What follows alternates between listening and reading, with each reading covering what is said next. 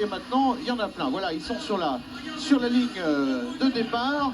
C'est imminent, ça durera 16 tours. Alors, pour mémoire, je crois qu'il faut quand même rappeler que pour la première fois donc dans l'histoire du Supercross de Bercy, à 2 reprises, c'est un Français qui a gagné et c'est Jean-Michel Bell qu'on verra certainement tout à l'heure à l'image en gros plan. Jean-Michel Bell qui a le numéro 8 et qui pilote une Honda. Alors là, petit plan sympa sur les décorations, le voilà, Bale.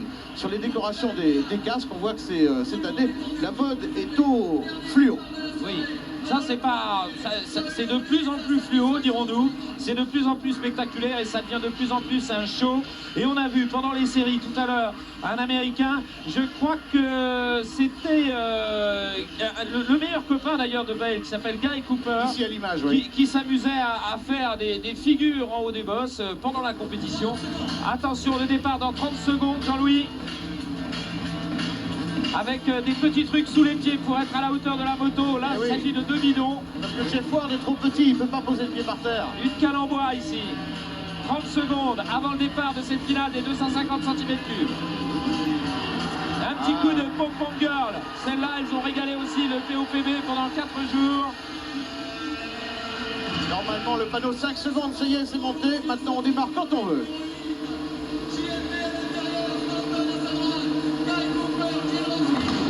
C'est parti. Attention, premier virage à gauche, le one shot, c'est pour l'instant pour Jeff Ward. Jeff Ward, le numéro 3, sur sa Kawasaki verte. Guy Cooper est à ses côtés, il va essayer de passer, mais pour l'instant, ça n'est pas fait. Jeff Ward est en train de mener dans ce premier tour. On va disparaître maintenant dans les tunnels, puisque l'on sait que la piste de Bercy a été augmentée de plus de 200 mètres grâce à ce passage dans les couloirs et les parkings. Avec Jean-Michel Bale en 3e position, alors qu'il avait dominé pratiquement toutes les séries et toutes les finales depuis le début de cette compétition.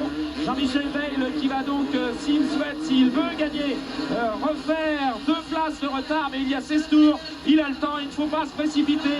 C'est une course, ça y est, Bale qui est déjà en 2e position.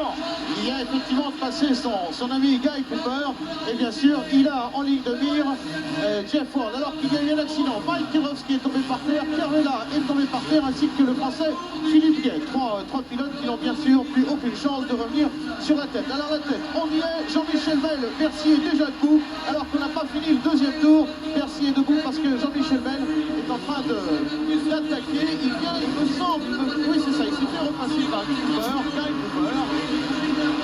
Guy Cooper est donc maintenant en 2e position, Cooper, alors que Bale est en 3e position et que nous avons toujours en tête le même pilote, c'est Ward qui est en tête, qui est l'un des coureurs américains les plus titrés. C'est une finale extrêmement disputée entre ces 3 coureurs, avec Ward en tête, en 2e position Cooper, en 3e position toujours Bale qui passe maintenant sous le pneu. Et dans peu de temps maintenant, ils vont rentrer dans ce tunnel dont on parlait tout à l'heure. Maintenant, c'est une nouveauté. Les 2 nouveautés cette année, il y a des 125 cm3 en compétition et il y a également une sortie de Bercy. On va faire un petit tour dans les parkings. Voici donc dans les parkings avec toujours Jeff Ward en tête, Guy Cooper 2e, 3e Bell et 3e et semble-t-il le numéro 14. Oui, c'est bien ça, le professeur Doc Debac en bagarre avec un autre Français, Yves de Maria, numéro 9, et pour l'instant 5e. Et bien ça se passe très bien. Tout à l'heure, Roger, vous disiez que les Français maintenant figuraient bien, mais pour l'instant, Jean-Michel Bell n'est pas encore en tête. Et l'on sait qu'il faut faire, voilà, chute de Cooper. Pourtant, c'est un spécialiste des routes. Il se relève, il va repartir évidemment largement derrière. Il n'y a plus qu'un seul combat à doubler en tête. Jean-Michel Bale et Jeff Ward, numéro 3. Jeff Ward qui n'est pas n'importe qui. Il faut rappeler qu'il a été 7 fois champion des États-Unis. Attention Jean-Michel Bale, il y a Doc Debac, monsieur le professeur. On l'appelle comme ça parce qu'il a un style absolument incroyable. Monsieur le professeur est juste derrière Bale. Il est clair qu'en ce moment les Américains ne font pas de cadeaux à Jean-Michel Bale. Il faut dire qu'il les a bien énervés en les tapant 2 fois. Et puis il y a Dubac qui revient également sur Jean-Michel Bale qui vient de faire une saison aux États-Unis et qui là a terminé 2e du championnat des États-Unis. Un petit problème, il aurait peut-être pu gagner le championnat, Jean-Louis. Oui, tout à fait. Il a perdu à cause de Mike Kidrowski qui est dans cette course mais qui est tombé tout à l'heure.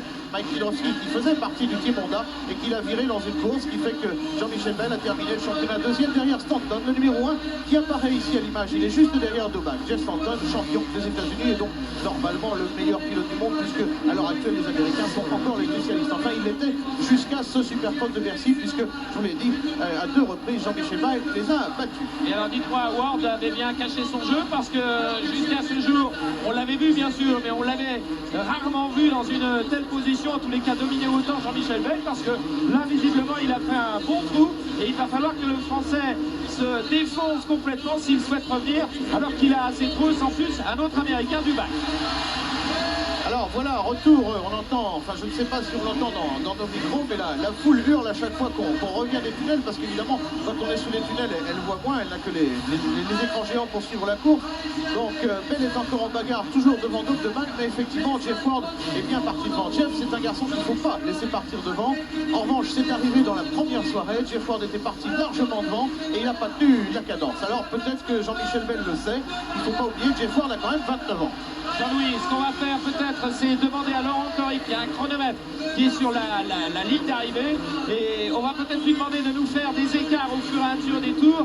Alors Laurent, si vous nous entendez, vous déclenchez votre chrono, et dès que vous avez un écart, vous nous le donnez, et vous nous le donnez au tour suivant pour savoir si Jean-Michel Bayle revient ou non.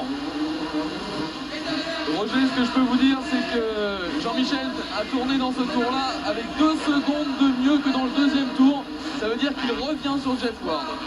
Eh ben, c'est déjà le cas, effectivement. Mercredi dernier, il avait fallu pratiquement la mi-course pour que Jean-Michel Bayle puisse revenir sur Ward. En revanche, ce qui est net, c'est que là, Bayle est menacé. Hein. Il y a Doug de Bac, le 14, qui est tout près derrière. Il y a encore Stanton qui ne demande qu'une chose, c'est à revenir. Là, on vient de voir passer Guy Cooper, il n'est plus dans le même tour puisqu'il est tombé tout à l'heure. Attention, monsieur Bayle, c'est très très chaud derrière. Et alors dites-moi, Stanton, ça n'est pas celui qu'on voyait tout le temps en tête l'année dernière? Si, Stanton, c'est un garçon qui était en tête, qui est resté aussi en tête du championnat des États-Unis, ce qui n'a pas vraiment fait l'affaire de Jean-Michel Bayle cette année. Et Stanton est aussi un garçon extrêmement physique, extrêmement difficile à dépasser. Voilà, et bien, à ce retour du tunnel, il est net que Jean-Michel Bayle a complètement rattrapé son retard. Derrière Jeff Ward, il n'y a plus que 20 mètres entre les deux. Voilà ici l'image, on les voit, ils sont dans les sauts. Ils ne vont pas tarder à revenir et à passer une nouvelle fois devant la future ligne d'arrivée. Jeff Ward, je crois, a compris. Jeff Ward a compris au hurlement qu'il est très menacé par Jean-Michel Bayle. Il a remis un petit coup de gaz, mais oh là, chute de Ward. Superbe chute. Eh oui. J'étais en train de vous dire qu'il avait compris qu'il avait remis des gaz, Jeff Ward, et ben il en a mis trop. Jean-Michel Bayle est en tête pour la 3e soirée consécutive. Jean-Michel Bayle est donc en tête du Supercross de Bercy. Et derrière lui, c'est Stanton pour rentrer le championnat des États-Unis. Quelle figure extraordinaire de Ward. Elle aurait fait plaisir à mon ami à Anne-Sophie Christophe, parce qu'il a lâché la moto. Chute de Stanton. Stanton qui tombe maintenant. Il faut dire que le rythme est terriblement élevé. On passe de tous les côtés de Stanton qui se relève, qui va pouvoir peut-être repartir, mais qui n'a plus aucune chance de gagner maintenant. On va peut-être demander à Laurent Corric de nous dire combien il reste de tours dans cette finale. Laurent. Nous en sommes a priori au 7e tour.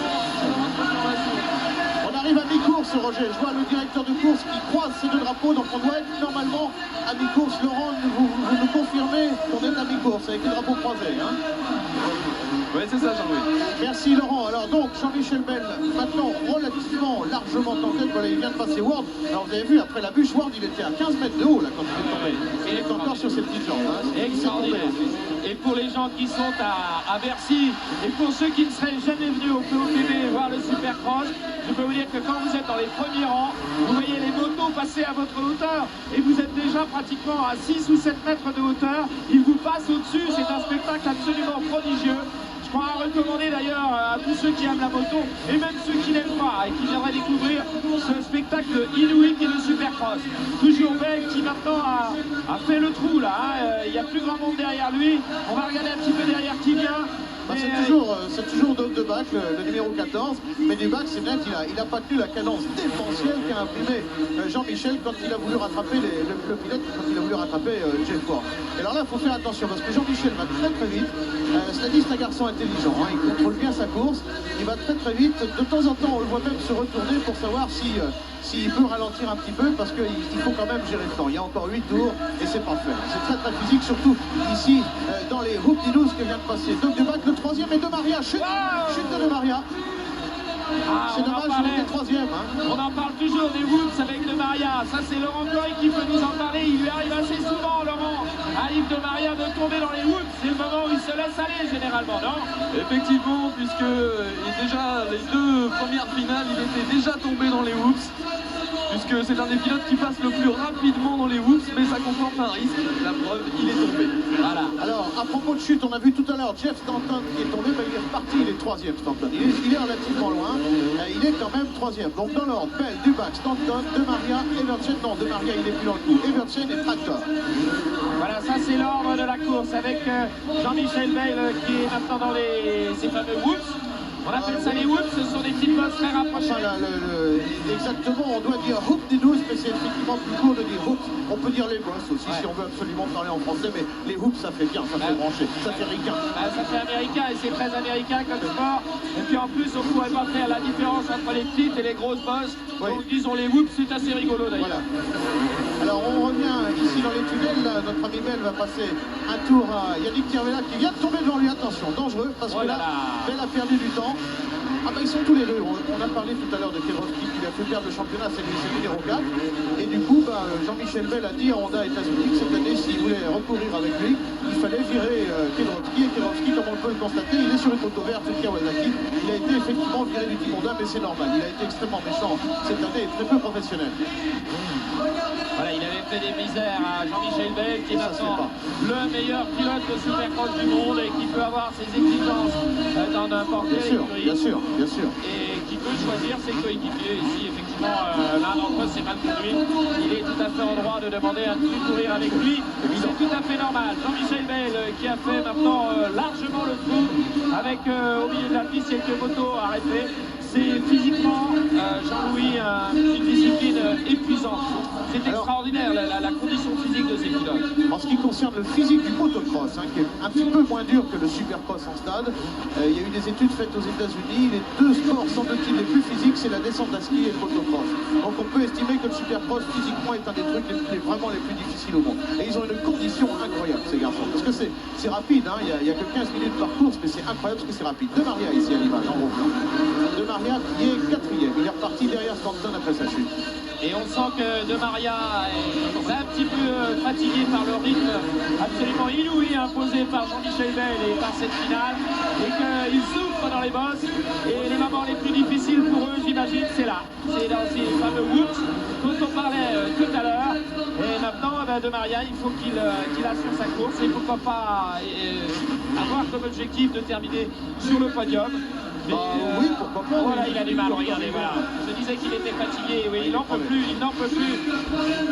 Alors, regardez un peu là, quand on voit comme ça de travers comment c'est démentiel ces petites bosses, parce qu'on imagine presque que c'est facile quand c'est Jean-Michel Bell qui les prend, mais tous les centimètres, il y a une possibilité de se casser la figure. C'est complètement infernal. Roger et Jean-Louis, simplement pour vous dire que Jean-Michel tourne maintenant en 51 secondes, ça veut dire qu'il a baissé un peu le rythme, puisqu'au moment où il était en bagarre derrière Jeff Ward, il tournait en 47 secondes.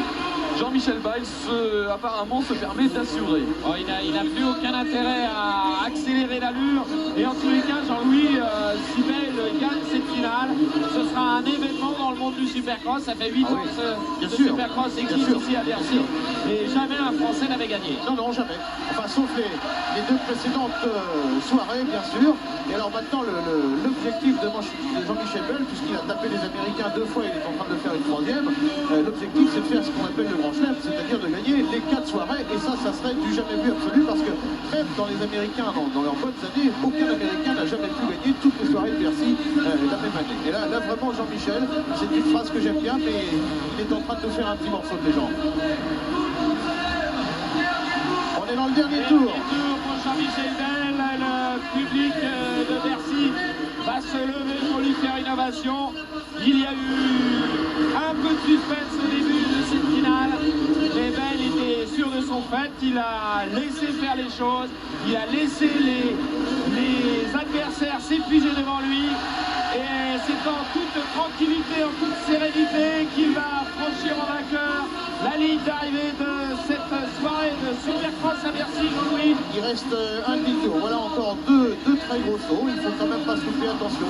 Il arrive qu'avec la déconcentration, on se casse la figure absolument dans les derniers mètres. Maintenant, il reste encore un aller-retour, si j'ose dire.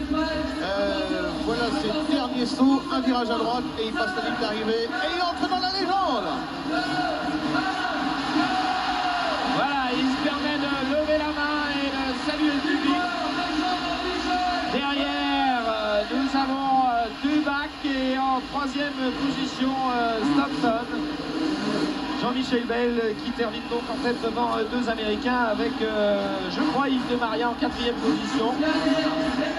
Il leur a quand même donné une satanée leçon, notre ami Jean-Michel Bell. Alors, on vous l'a dit, maintenant, il ne reste plus qu'une seule soirée. Tiens, passage de Philippe Alliot, il y a du bon monde ici. Il passe très vite, Philippe Alliot, devant le stand de TF1. C'est une habitude pour lui. Je pense qu'on va retrouver Jean-Michel Bell avec Laurent Coric, alors qu'on va revoir au ralenti. Voilà, il y a une série de chutes ici. C'est Guy Cooper qui est tombé relativement en début de course. Il réussit à garder la moto dans les mains pratiquement jusqu'au bout. Hein. Il essaye en tous les cas de rester jusqu'au bout avec elle. C'est tombé. Enfin, c'est impératif de savoir tomber quand on fait ce métier, parce que sinon on est cassé en 1000 morceaux au bout de 6 mois, c'est clair. Alors voilà la chute de Maria dans les hoops. Alors là, quand on se laisse embarquer, c'est un petit peu comme un cheval qui essaye de vous guider. Il n'y a pas de problème, là, il n'y a rien à faire. Et en plus, il y a l'épuisement, on manque complètement de souffle. Ça, c'est Kervela qui est tombé juste devant Jean-Michel Bell tout à l'heure. Bell, manifestement, il a accroché une botte de paille, parce que là, il n'y avait pas d'autre raison de... J'aperçois, grâce à mes jumelles, Laurent Coric qui doit être à côté de Jean-Michel Bell maintenant. Laurent? Oui, effectivement, Roger, je suis juste à côté de Jean-Michel. Jean-Michel, 3e victoire sur 3 finales, carton plein. Voilà, ça s'est super bien passé, je suis très bien parti. Et par la suite, j'étais derrière Ward et il a chuté. Donc j'ai profité pour prendre la tête et après ça a été assez facile. Alors évidemment, la question qu'on se pose, si Ward n'était pas tombé, est-ce que vous l'auriez dépassé? Il est un peu moins rapide que moi dans les hoops, donc je l'aurais certainement rattrapé, mais de là à le doubler, je sais pas. Ça, bon, dans une course, tout peut se passer, donc pourquoi pas. Ok, merci Jean-Michel. Merci beaucoup Laurent, et avant de conclure, nous allons faire un petit coucou à notre parrain. TF1 et Philips vous ont présenté le Supercross Tracer en direct du palais Omnisport de Paris-Bercy.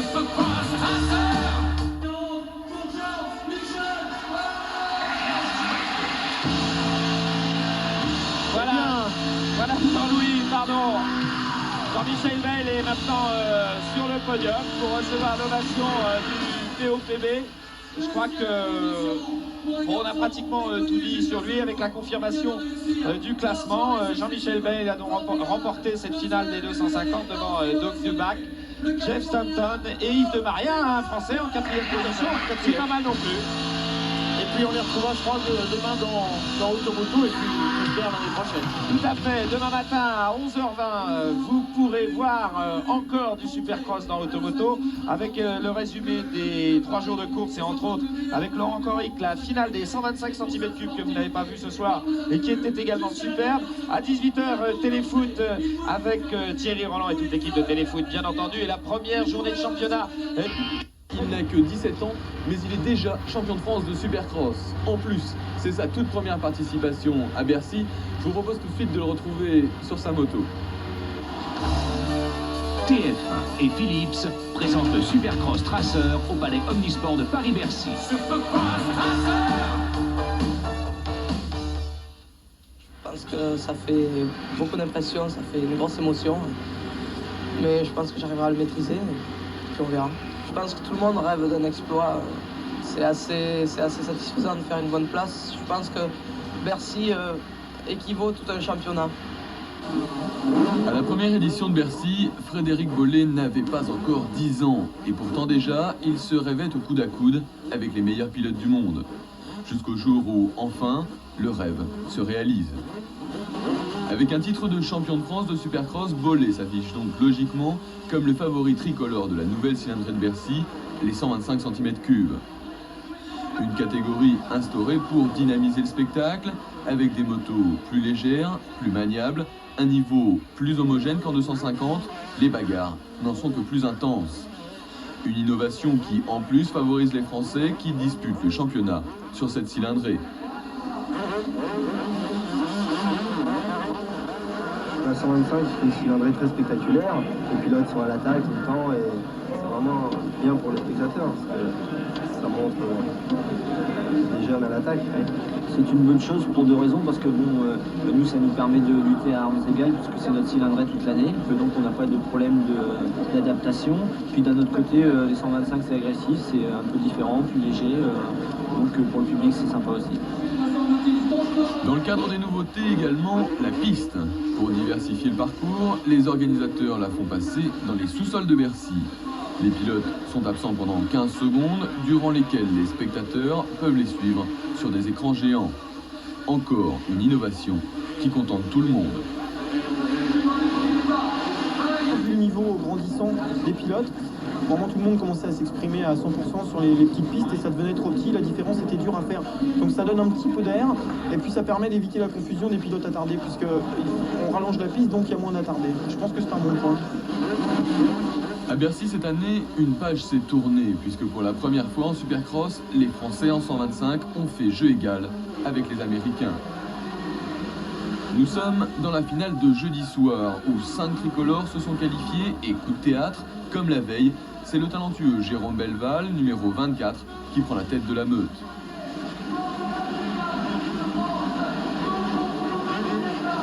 Mais pour Belval, le rêve ne durera que 3 tours. Il paye son excès de générosité dans les whoops avec une chute spectaculaire, heureusement sans gravité.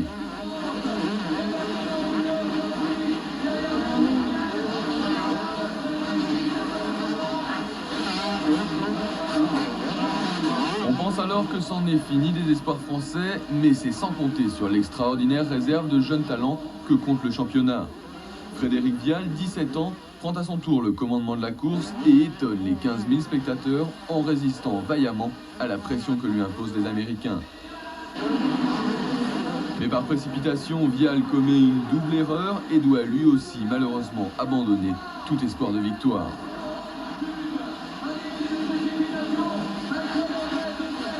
Après tous ces rebondissements, c'est finalement l'Américain Mike Craig qui prend la tête. Et à ce moment-là, qui voit-on arriver? En seconde position, encore un Français, Frédéric Bollé vient décider lui aussi à reprendre le flambeau. Mais une fois encore, la malchance s'acharne, Bollé chute et bute sur son guidon, souffle coupé, il doit abandonner.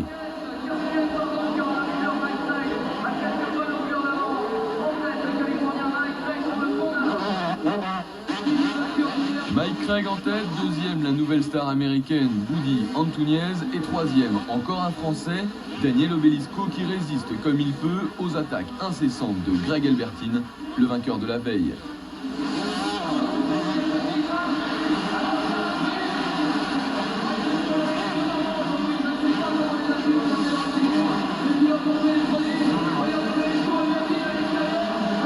Obelisco terminera finalement à la 4e place, premier Mike Craig, deuxième Antúñez, troisième Albertine. Jamais dans cette cylindrée, les Français n'auront été aussi près du podium, une injustice qui ne devrait pas durer longtemps.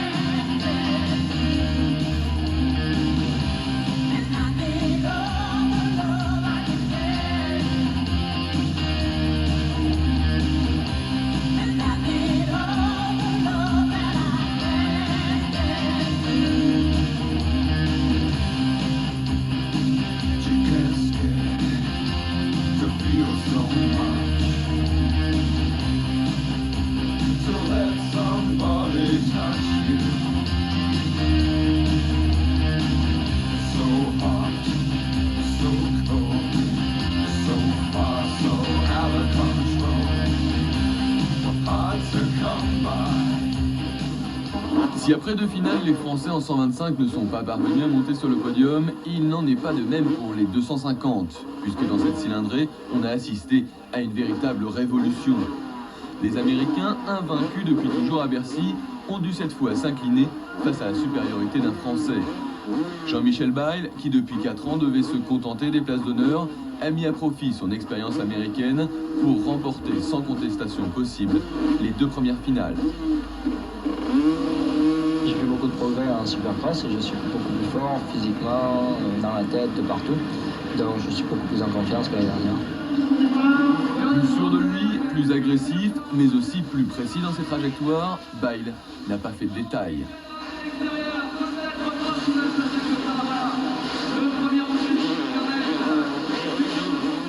Parti 5e dans la finale du premier soir, il a effectué une course parfaite. Eckenbach, Van de Berg, puis Stanton et enfin Jeff Ward en ont fait les frais. Quand j'ai vu que je partais bien, mais j'avais quelques problèmes avec la moto, j'avais mal avec la moto, donc j'avais des trous de carburation à la réception des sauts. Ce qui fait que je pensais vraiment pas pouvoir revenir sur Jeff Ward. C'est pour ça que c'est resté stagne pendant un moment, parce que je pouvais pas prendre le risque à sauter des sauts que je voulais pas sauter parce que j'avais peur que la moto s'arrête. Et elle s'est arrêtée 2-3 fois, donc j'ai fait attention. Et puis après, j'ai vu qu'il faisait quand même des erreurs. Et moi, j'ai commencé à m'habituer à rouler avec ses trous. Donc je suis revenu sur lui. Et malgré cette difficulté technique, je suis arrivé à le passer et gagner la course. Mais ça aurait été beaucoup plus facile si j'avais pas eu cet angle. Une fois que j'étais devant, heureusement que c'était pas trop tôt. C'était juste à ce tour de la fin. Donc il me restait juste 2 tours à faire. S'il avait resté plus de tours à faire, je pense que j'aurais eu quelques problèmes. Mais là, il restait 2 tours. C'est mes 2 tours les plus beaux de ma vie. Et c'était fantastique.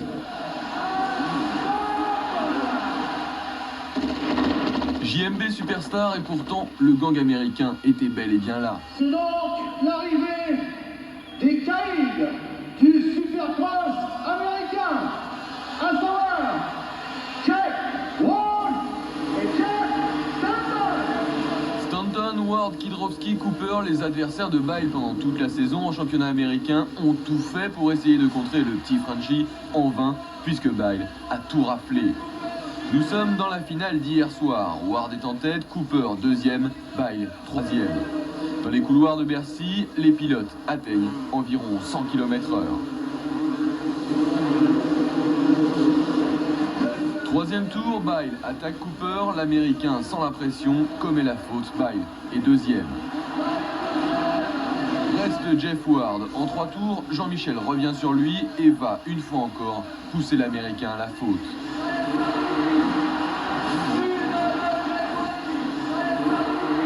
Chute très spectaculaire qui permet à Bile de prendre la tête. Il ne reste plus alors qu'un seul Américain capable d'inquiéter le Français, Jeff Stanton, juste derrière Bile.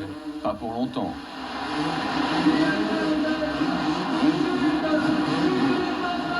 Décidément, avoir Bile devant ou derrière, ça impressionne vraiment. Bile remporte sa 3e finale en 3 soirs. Ça, même les Américains ne l'avaient jamais fait. A noter la belle performance d'Yves de Maria qui, malgré 2 chutes, termine courageusement à la 4e place. Mais hier soir, le spectacle était également en 125, une catégorie où, une fois encore, les Français ont failli briller. Vial est parti en tête, malheureusement pas pour longtemps. Dans l'euphorie de Bercy, après seulement un tour, il passe trop vite dans les hoops, un endroit où justement la moindre erreur est sanctionnée.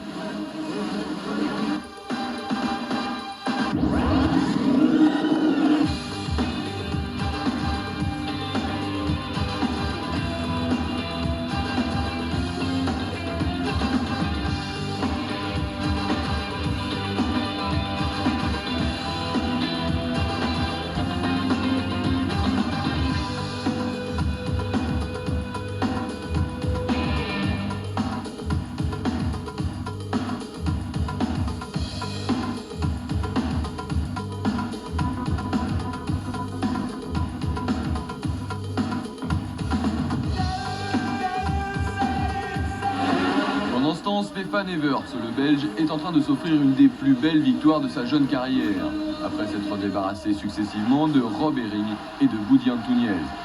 À 18 ans, Everts s'affirme comme le digne successeur d'Eric Gebours, un des pilotes les plus titrés du cross. Retenez bien ce nom, Stéphane Everts n'a pas fini de faire parler de lui. TF1 et Philips présentent le Supercross Tracer au Palais Omnisport de Paris-Bercy. Voilà, cette automoto se termine maintenant en compagnie du héros de Bercy, Jean-Michel Bile. 3 victoires en 3 soirs. Jean-Michel, vous attendiez une telle supériorité? Non, pas comme ça, parce que bon, je voulais gagner absolument le premier soir, car j'avais envie de montrer que je pouvais gagner en France, et j'avais gagné déjà aux États-Unis, et puis jamais à Paris. Donc pour moi, c'était un rêve de pouvoir gagner ici. Je l'ai fait le premier soir. Et après, mon mécano m'a dit que je pouvais gagner encore si je l'avais fait une fois, donc j'ai regagné le deuxième soir. Bon, c'est vrai que hier, ça a été un peu plus difficile. J'ai eu un peu plus de chance car Ward est tombé. Mais bon, si jamais comment la course s'est passée, j'aurais très bien pu le doubler par la fin, mais c'était plus difficile hier. C'est quoi maintenant votre programme? Le programme, c'est encore 2 ou 3 supercross en Europe. Donc il y a Genève et Genova. Et après le retour en Californie pour le test de la 250 pour l'année prochaine. Très bien, ben, bonne chance. Rendez-vous à la semaine prochaine avec un résumé complet de la saison des sports proto faite par Christian Van Rijswijk. Pour ma part, je vous souhaite un bon dimanche. À la semaine prochaine.